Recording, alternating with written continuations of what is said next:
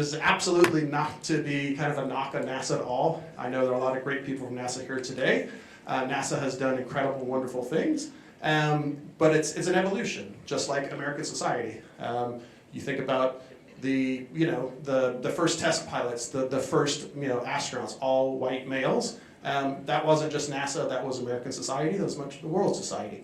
But can you talk about what it was and how it was that finally, over 15 years after the space program had been going on, after we'd had astronauts in space, it was that NASA, kind of why and how they came to the realization that we need to have female astronauts? Well, thank you so much for having me, by the way. I would say, you have to look at the time period in which this astronaut selection occurred. So it was the mid-70s, and between the Apollo program and when this new class of astronauts came on board, the world was changing. You had the civil rights movement and you had the feminism movement, and NASA was starting to get questions externally and internally about why women and people of color hadn't been included in the program to that point. And so I detail quite a few instances leading up to this astronaut selection.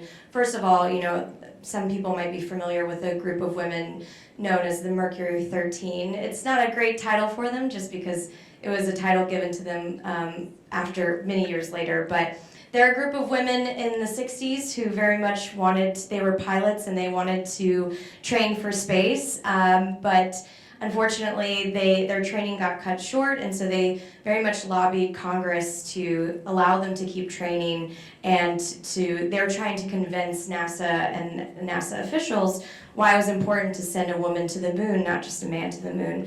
But ultimately, it just wasn't seen as a priority at the time, and their training was cut short, and the efforts to put women into space were sidelined for many years after that.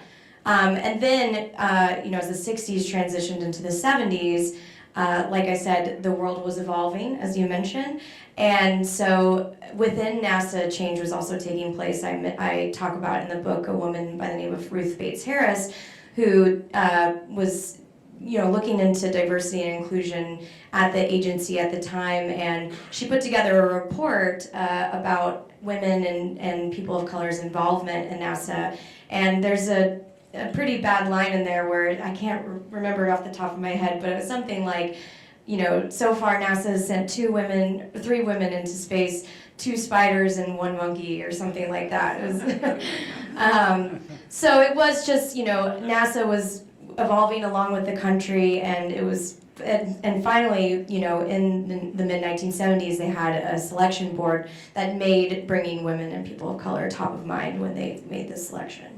And as you note in the book, a lot of us probably proudly think of the WASP in World War II. Thousands of women flew for the U.S. military, vital, crucial missions, especially moving planes all around the world to where they were needed, and other flights as well. Kind of the unfortunate irony is after the war was over and they came home, they had hundreds of hours of much of very dangerous combat hours, sometimes of flying to dangerous places, dangerous planes. But because the men were coming home, they were not going to be allowed to fly. They were not going to get the job.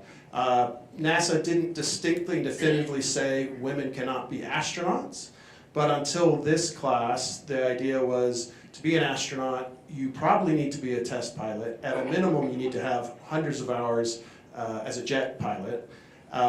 But of course, the irony is the U.S. military at the time refused for women to be allowed to fly jets. So it was kind of a catch-22. Well, I can't apply to be an astronaut because I haven't flown a jet. I can't fly a jet because I'm a woman. Can you talk about how it was that the space shuttle kind of expanded the idea of what was needed in space beyond just the pilot and the commander getting it up and down, but really to expand our role in space with mission specialists, which really made a huge demand for people with an enormous kind of scientific and medical background? Yeah, so the space shuttle was really meant to be this paradigm shift for space. Prior to the shuttle program, we had capsules, think of really cramped quarters, and NASA made criteria that those needed to be piloted by jet pilots or people with extensive jet piloting training. But with the shuttle, it was meant to be this routine, affordable, kind of like a truck to orbit. You know, it was just going to be an easy way to send satellites and people into space. And one big advantage of it was that it was much more spacious. So there was a lot more room for larger crews. And that allowed for a much more diverse range of people to come on board, and not just in terms of women and people of color, but also in terms of backgrounds, like you mentioned. So NASA still prioritized people with piloting experience, but at the same time, they were very eager to bring in engineers and scientists and doctors. And so that mission specialist role, when that was created, really was a game changer for the astronaut corps, because it did allow for this new group of individuals to come in who would not have been previously considered before. And just, I think, to give people an idea of the daunting statistics, and by the way, all 6 of those incredible women would become flying jets. They'd fly the T-38s, NASA training hours and hours and hours. But can you talk a little bit about the selection process? Over 8,000 people applied for this class, of which only 35 people were selected to be candidate astronauts, basically to be the next potential astronauts. And of that, only 6 were women. Can you talk about the kind of daunting numbers, what they were looking for, and in a lot of ways why a lot of the women who applied had to have that much higher grades, they had to have more and higher and more specialized degrees, they had to have a PhD or a master's, or maybe levels of experience that would not have necessarily been the case for their male counterparts. Well, learning about the selection process is probably one of my favorite things that I got to write about in the book, just because it is so fascinating. But as you mentioned, yes, 8,000 people applied when NASA opened up the selection round in the mid-1970s. And they went through every single candidate, at least the folks that I talked to who were on that selection committee. It was a very long process, and then they whittled it down to about 200 finalists, and those finalists had to come in for a week-long trip to Houston, and they had to go through a very intense week when they came here. It was filled with medical evaluations, various physicals. There was a psychological evaluation, which has been described to me by everyone as about a bit of a good cop, bad cop scenario. So they had a good cop psych who would ask you, how did you like your mother, and what animal would you be if you had to come back in a new life? And he talked in very warm tones. And then there was the bad cop psychologist who would tell you to count backwards from 100 by 7, and then yell at you and look at you very sternly when you inevitably mess that up. But the real kind of emphasis of the week was an hour-and-a-half long interview with the selection board, and that's where the selection committee really got to know the astronauts or the astronaut hopefuls, and really just asked them about their background and their dreams and why they wanted to be astronauts. And there were quite a few things. I asked them what they were looking for during that process, and one of the big things was being a team player, because obviously you had to work with a wide array of people. You were going to be working with crews from all different backgrounds. They also wanted to make sure that people really wanted this job.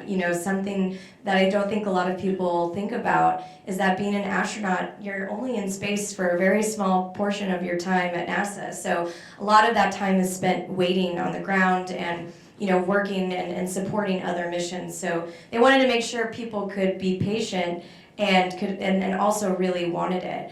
And then also just being able to work on a variety of different things in different areas. So having, for instance, Sally Ride was both an astrophysicist and a tennis player. And so that was something that I think worked in her favor, because it showed she had a diverse range of interests. And so just being able to show that you liked different areas and different subsets that the shuttle would ultimately provide.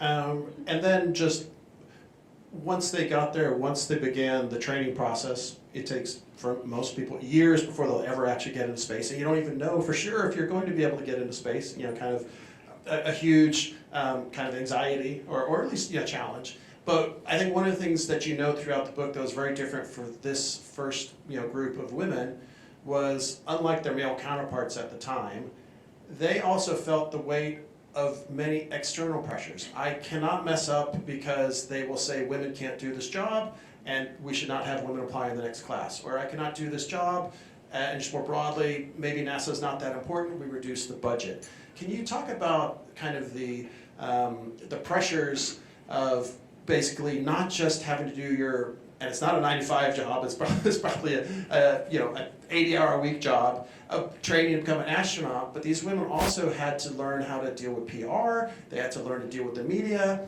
and their male counterparts could stay in Houston and train and relax, but they'd be shipped all around the country to go talk and do this event and that event. That additional burden of knowing you represent a huge wave of women, but you also, you're a scientist, you're a doctor, whatever, you're not trained to go on TV and talk to the media, what that was like for them. Yeah, and I'd love to get into that in a bit, but one of the astronauts I spoke with, Anna, she mentioned that she basically was a doctor one minute, and then the next day she was, you know, overnight she became a public figure. And so I can't even imagine what kind of whirlwind experience that might be, because, you know, I've been in the media for some time, and it's not easy talking to the press, you know, and there's, especially with no formal training, it's a bit of, you know, a bit of a learning curve. And so my hats are off to them, because they had cameras in their face pretty much the next day once they were selected. I think a great example of just the amount of scrutiny they were under was one of the big training days that they had to go through was water survival training. So they had to stay current in NASA's fleet of T-38 jets. And NASA wanted to make sure, since none of them had jet piloting experience, that if they bailed out of the back seat, that they would be able to survive underneath a parachute. And so they went out to an Air Force base to perform, to practice water survival training. And the amount of press and media that were there, I mean, I was described to me as boats and barges of press taking their pictures. So I can only imagine how difficult it must have been to try and perform this very complicated landing procedure and having a camera in your face at the same time. But I think one of the things you said really rings true to me was the desire or the fear to not mess up. Before Sally flew, one of the things she said to a journalist was, "My biggest fear is that I'm going to mess up." And I think what's loaded in that phrase is, yeah, when you're the first of a group that hasn't done this before and has been excluded from a role like this, you're not just representing yourself, you're representing everybody like you. And I think that pressure is really enormous, but it speaks to the character of the women in the book, because they really handled it with such poise, and they did such a great job. And perhaps the only thing better than reading the book, which you all will enjoy, and I'm volunteering Loren to sign all the books afterwards, so there'll be a nice line. And any of you, if you want to buy an extra copy, we do have extra copies you can buy, or make a donation and get a book. The only thing that's better and more exciting is that we're truly honored, as true privilege, to have one of those first 6 women astronauts here this evening. I'm delighted and honored, if you will join me in welcoming Dr. Anna Fisher. Dr. Anna Fisher.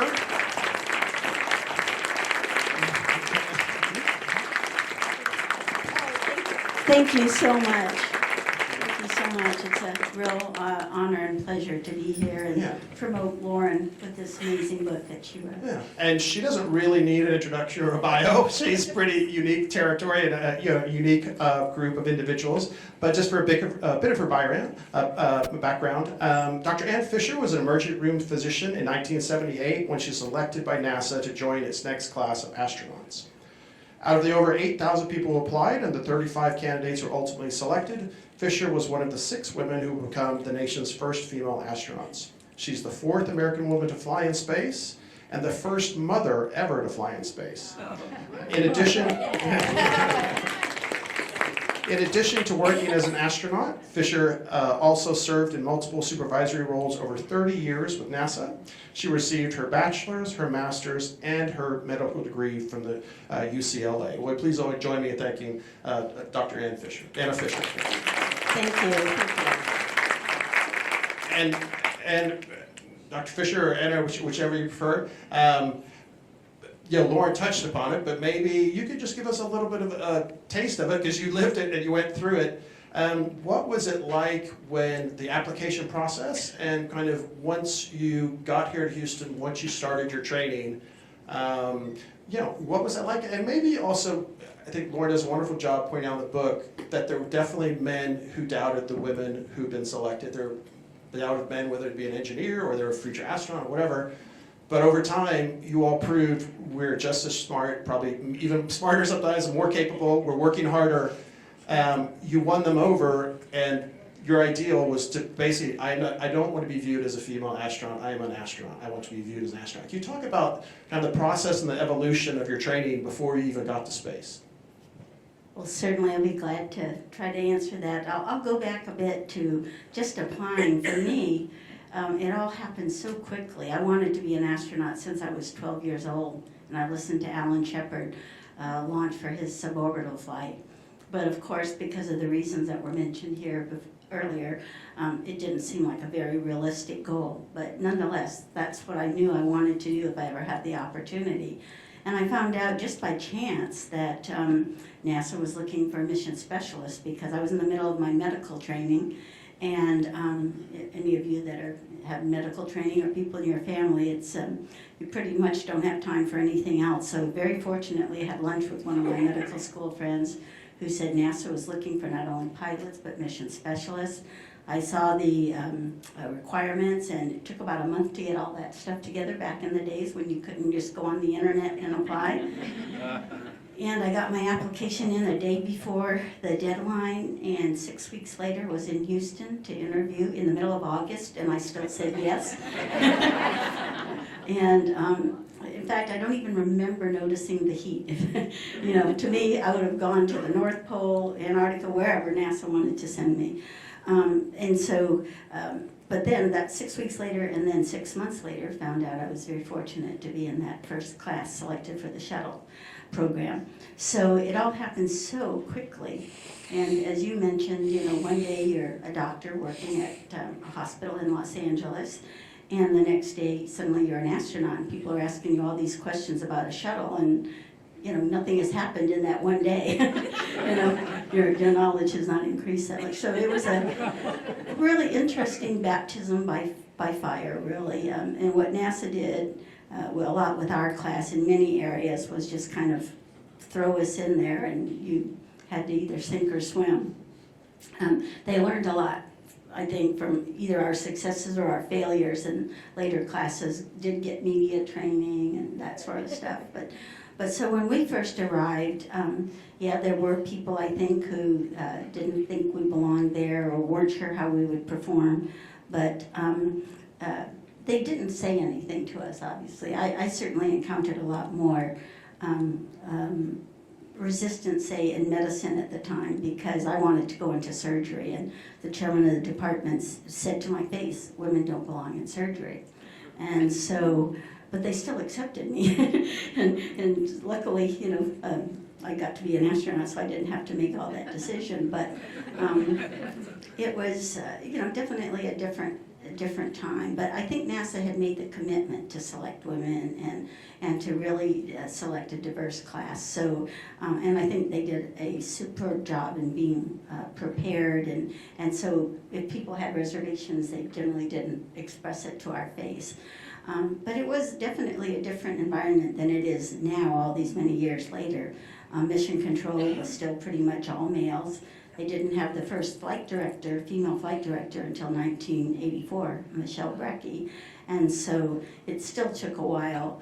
I don't think any of the six of us chose to be an astronaut because we wanted to be a role model or because we wanted to be first or whatever. It was just because that was what we wanted to do. And then all the other stuff kind of just came with the territory. For me, it was really neat because I was so used to being the only woman in anything I had done before. And so all of a sudden I had 5 colleagues, female colleagues that I could talk with. And so, but it was definitely a different era. And it's interesting when I talk to young women now, they don't even really that much appreciate that door would have been blocked to them. It's amazing how in such a relatively short period of time, things have changed so drastically that the young folks today don't even realize that's what it was like. But that's a good thing, and I think I'm so sad that Judy died in the Challenger accident and Sally passed away from cancer, and that they can't be here to see how wonderful all the things the women have done since then. And there have been some amazing things that the women have come after us. I didn't even realize that now somewhere on the order of, I don't even have the exact number, 75 women or so have flown. And so it's really neat to see that, but I don't think any of us went into it for that reason. We went into it because that was what we wanted to do, and it just came with the territory. And if I might add, that is one of the things I really loved about writing this book, was I really just wanted to show women doing their jobs. My favorite part of writing the book was going through y'all's space flights at the end and just dedicating a chapter to each of them. And it really just wanted to show, all they wanted to do was just fly to space, and then they got to do it. And, if I might say, beyond cracking that enormous ceiling, that's when you talk about a ceiling, we're talking about going to space. This is an incredible ceiling to be one of the first 6 American women astronauts. You broke the entire ceiling for the world for being the first mother to go to space. Loren, it's great stories throughout the whole book, but opens the entire book with you in Cape Canaveral. They call them the Cape Crusaders. Those are the astronauts who are in a supportive role, supporting their current astronaut, teammates who are going up for this launch at the time. You're 7 or 8 months pregnant. I can't remember exactly at the time. You're not going now, but you potentially could be going anytime, in the relatively near future. Can you talk about what that was like to go as a mother? And beyond people who might have critiqued women being astronauts, you got NASA and in general, even got a lot of correspondence. Back then there was an email, but letters and whatnot, even from many women who said, this isn't right for a mother to go into space. Besides the fact that we brag and we say, oh, it's so wonderful, so many of these male astronauts are fathers, and they go and explore the world, and they go through these dangerous, times, the exact same dangers you all go through. What was that like to break that threshold as a mother? And maybe, Loren, you could talk about that, expand beyond the specific case, what it meant kind of overall for NASA and for women in general.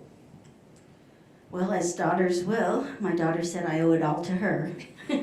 So, but, it was, first of all, I'll backtrack just a teeny bit to say that when I had my interview with the selection board, everything went sort of well, and I thought things were great. And at the last minute, as I was about to leave, I said, oh, and by the way, I do want to have a family if that affects your decision. It's not even legal to ask that question nowadays, but they picked me, so I figured that was okay.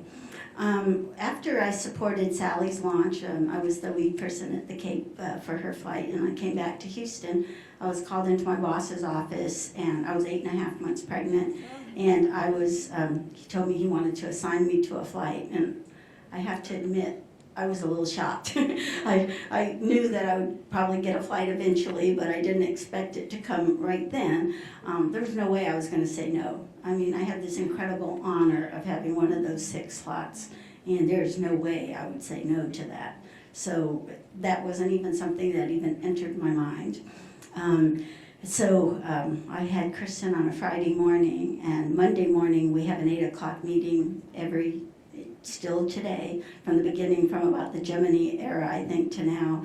We have a meeting of all the astronauts that are in town at the moment to talk about, what's happening, what people are doing, and so forth.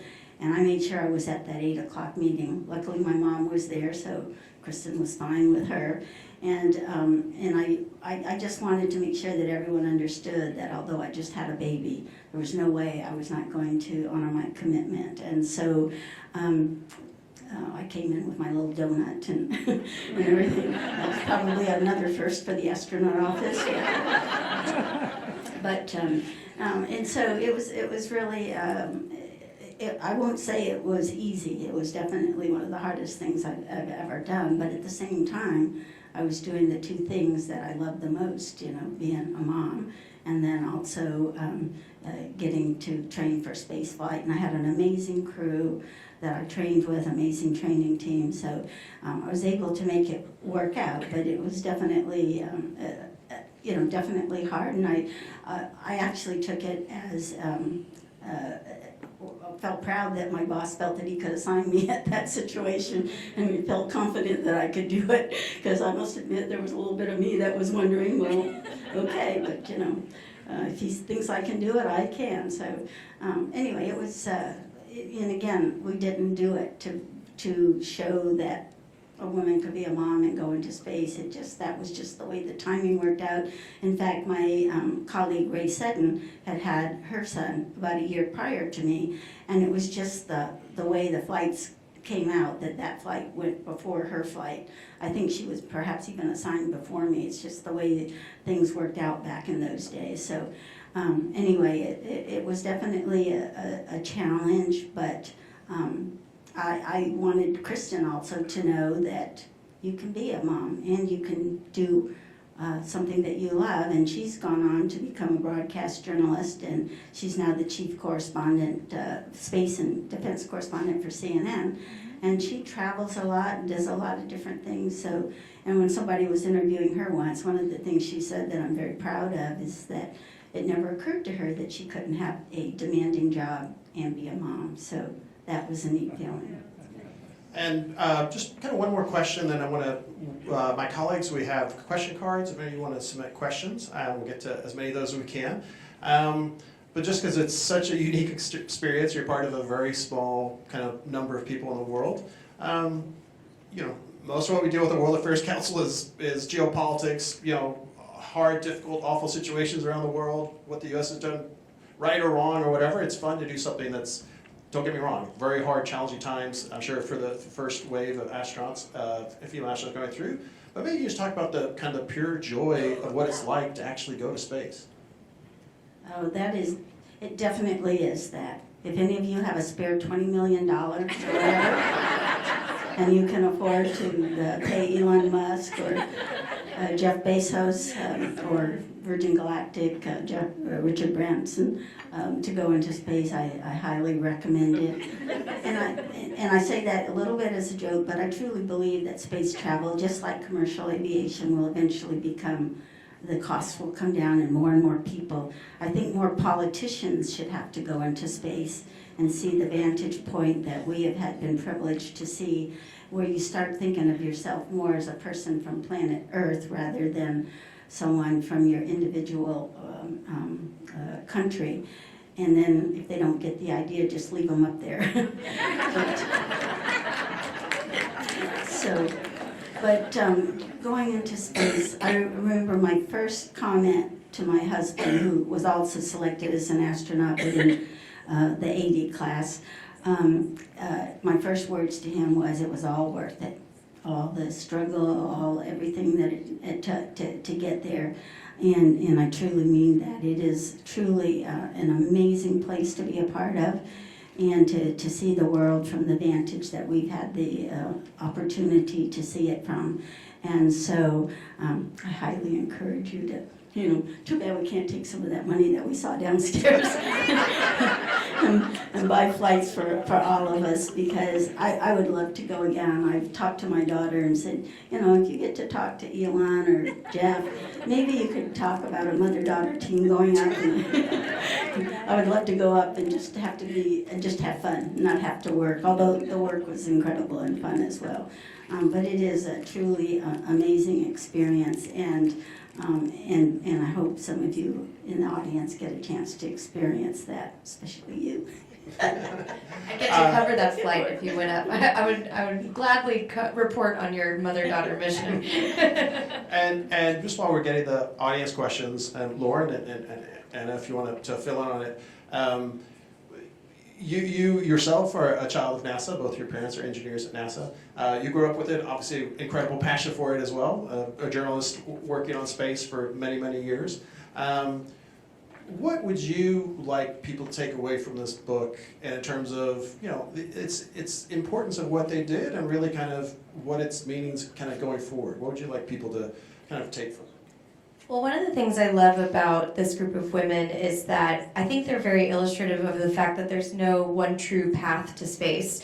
We had 2 medical doctors, an astrophysicist, an electrical engineer, a chemist, and an oceanographer and geologist. And some of them did dream of space their whole lives. Anna obviously did, but others did not. Sally Ride didn't even consider being an astronaut until she saw an ad in her student newspaper. And so I think that's just a great example of that.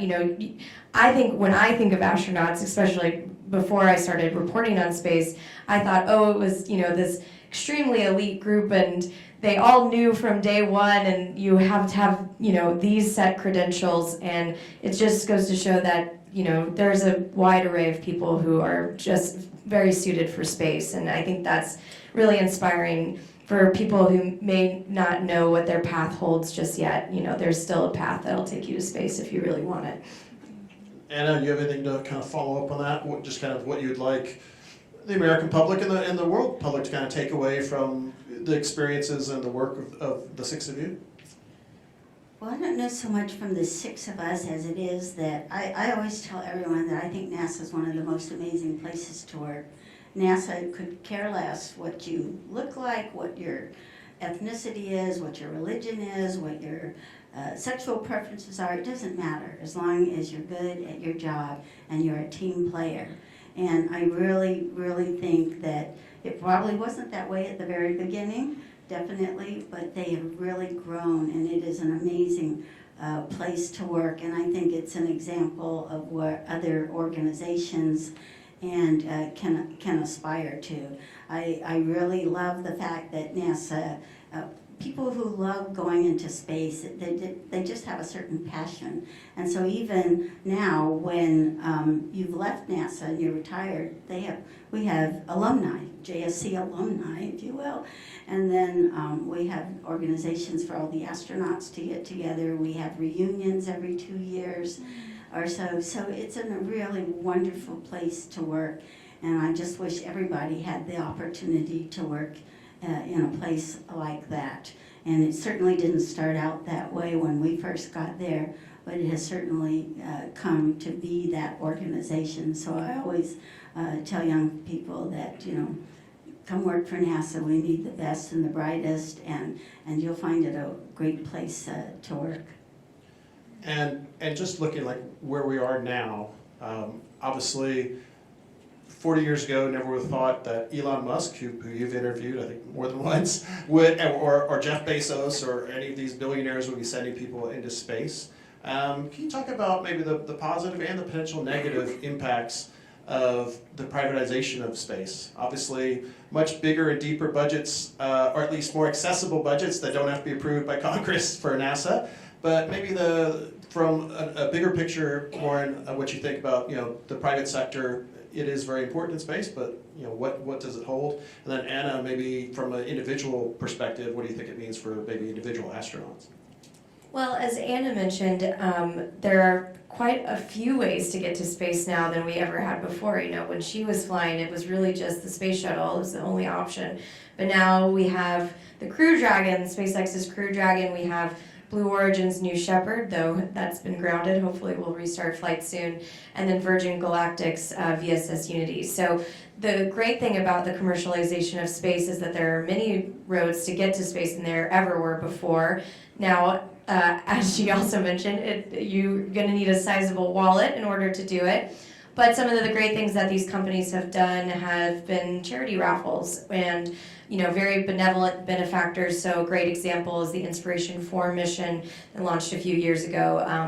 A billionaire by the name of Jared Isaacman, he bought a full capsule, and then he used that opportunity to bring on a childhood cancer survivor and a charity winner or an auction winner, and someone who just dreamed of going to space their whole life, and sent in a video essay. So there are really great opportunities like that, but kind of the downsides are, yes, the gatekeeping is still money, and then also it's run by various billionaires who have their own thoughts and their own whims, and sometimes that is a distraction for the space flights that they are conducting. We don't need to get too much into that. And then, also NASA is very reliant on these companies now when it comes to SpaceX. That's the primary way of getting astronauts to the space station at the moment. Now, Boeing is also working on another path to get humans to the ISS, but for now we're very reliant on SpaceX. So it's a double-edged sword, but there's definitely pros and cons, and hopefully we'll just have more and more companies that offer new alternatives. That way we have more options than we did ever before. And Anna, do you want to touch upon it, Eddie? Or? Well, I'll have to admit, when I first heard what Elon Musk wanted to do, I thought he was crazy. I thought he had no idea what he was getting himself into, and pretty much discounted him. I will gladly eat those words. Those thoughts. He has since proven himself to be very amazing. He gets really great people working for him. They have to work hard. I've heard he's not an easy person to work for, but he has his dreams, and I think as astronauts we were at first perhaps not sure where this was going to lead, but now I think it's becoming a pretty interesting. You can have your career astronauts who are doing that because that's what they want to do. But you can also have other people get an opportunity to go into space. And as I mentioned, I think it would be beneficial the more people that get to see that view and understand what a lot of us have felt as we come back from space. So I think it's really interesting. And I do a lot of speaking, or a fair amount of speaking for the State Department, going around to other countries. And the hardest thing for me was always to talk to, say, young people and say, oh, it's so neat to be an astronaut, but oh, your country doesn't have a space program. So, and to be a U.S. career astronaut, you have to be a U.S. citizen. Now, any country can go to SpaceX, and most countries, even if they can't afford their own space program, they can probably raise enough money to send someone from their country into space. The Saudis, of course, they don't have to worry about raising money, but they just sent on the last SpaceX mission 2 Saudis, one of which was a female, by the way, which is really incredible. And so other countries, so now I feel really great. I can go back and say, all you have to do is get your government to raise enough money to buy a seat, and then you can have your own astronaut from your country. Actually, the Soviet Union back in the day used that to cement their relationships with all their satellite countries. They would fly someone from this country and from that country, and it's a big deal. I've done a lot of appearances with some of those astronauts, and it's a big deal in those countries. So it's really neat. I think the new world we're in is very interesting. We're all still learning how to navigate in that world. But you cannot argue with the success that Elon Musk has had, and Jeff Bezos. Yes, he's had a problem with one of his recent launches, but one of the neat things about all these new vehicles is they all have an abort system, so that if you run into problem with the rocket having an issue, you can fire the abort system and it pulls the capsule away from the rocket, and so you may not be where you want to be, but at least you're alive, and so that's a really positive thing. So I think it's just interesting learning how to navigate in this new world. I think there's going to be career astronauts. I think for NASA, there will probably also be astronauts for these different companies, much like the military. When they're developing a new aircraft, you'll have a test pilot from whichever military branch it's being developed for, and then you also have a test pilot from that company, Boeing or whatever the company is. And so I think we'll probably get to that, to where we'll have different astronauts from that are working for different entities. And so I think it's a positive. I think at the beginning we were all not certain how this was all going to work out, but I think now as we see it playing out that we think it'll be a good thing. And Loren, a good question here, and Anna, if you want to add on to it, feel free as well. Sharon asked a good question. Can you tell us some of the extra physiological tests performed on women while they were in space, and maybe some of just the kind of overall differences or concerns or kind of things that had to be kind of worked through with women joining the ranks of astronauts? Well, I think that might be an Anna question, but I don't know if there was any special tests or anything done on them. I do know there were, well before the women came on board, there was, concerns about, say, how, periods might flow in space. And then I read from Rhea, she she said the first person who had her period in space, she came back and said, "Yep, it works just like you think it would." So I don't know if there was any, different tests, but maybe that's a question for Anna.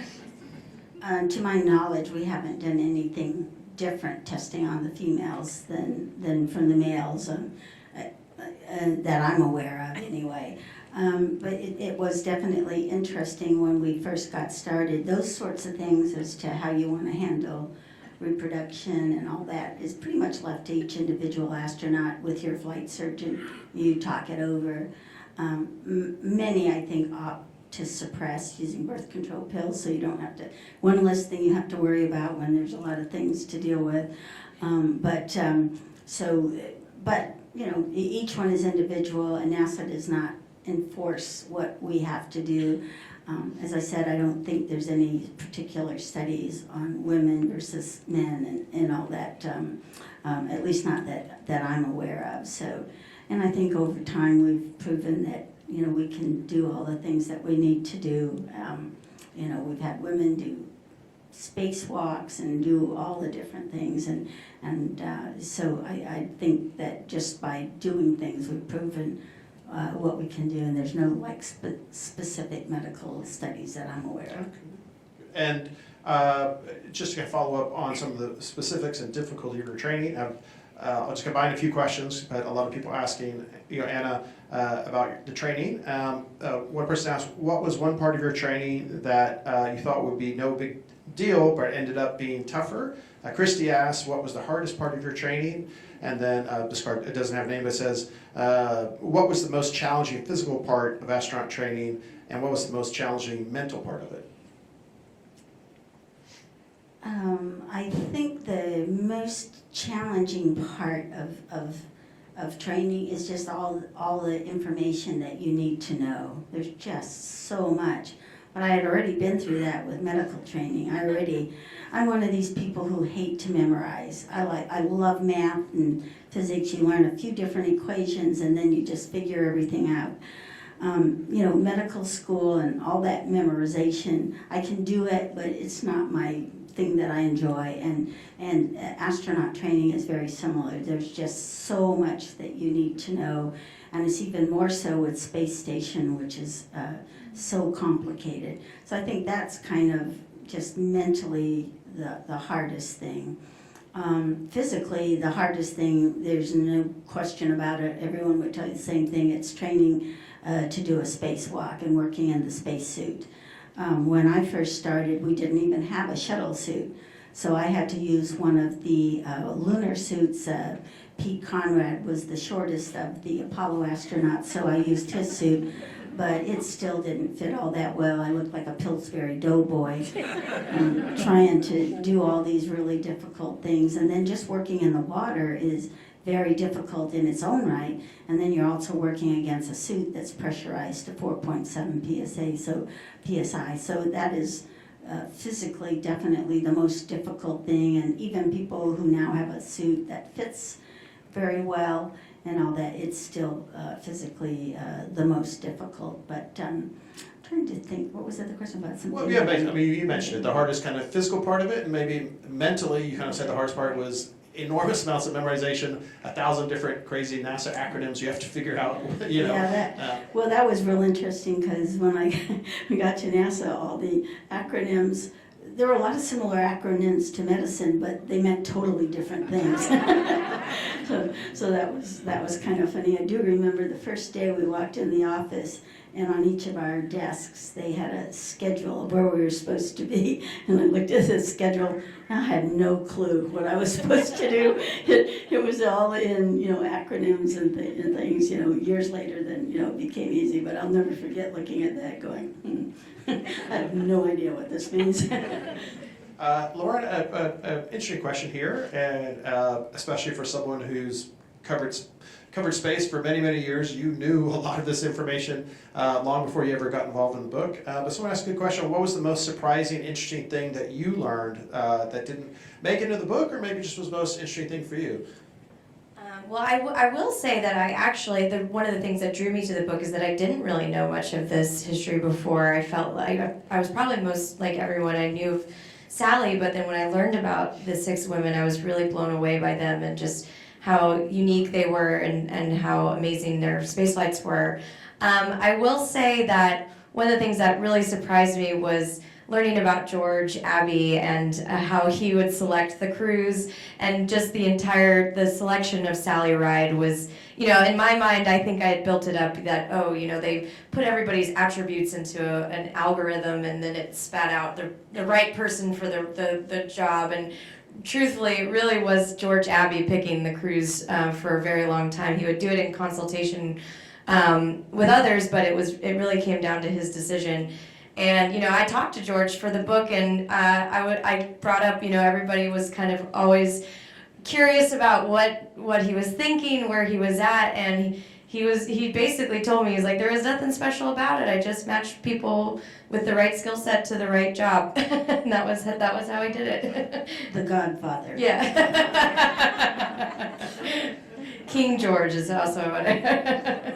And fortunately for the sake of time, we'll just have another question or two, and then, like I said, Loren's kind of going to sign up a bunch of books for all of you. I highly recommend it. I really enjoyed it, and I learned a lot. Really looking at the future, and a good question here. Someone says, as a parent, would you still apply to be an astronaut, even if it meant being away from your home for years, to go to Mars? Oh, that's a tough question. When I first became an astronaut, I would have done that in a heartbeat. Now with 2 children and 4 grandchildren, it's a lot harder question to answer.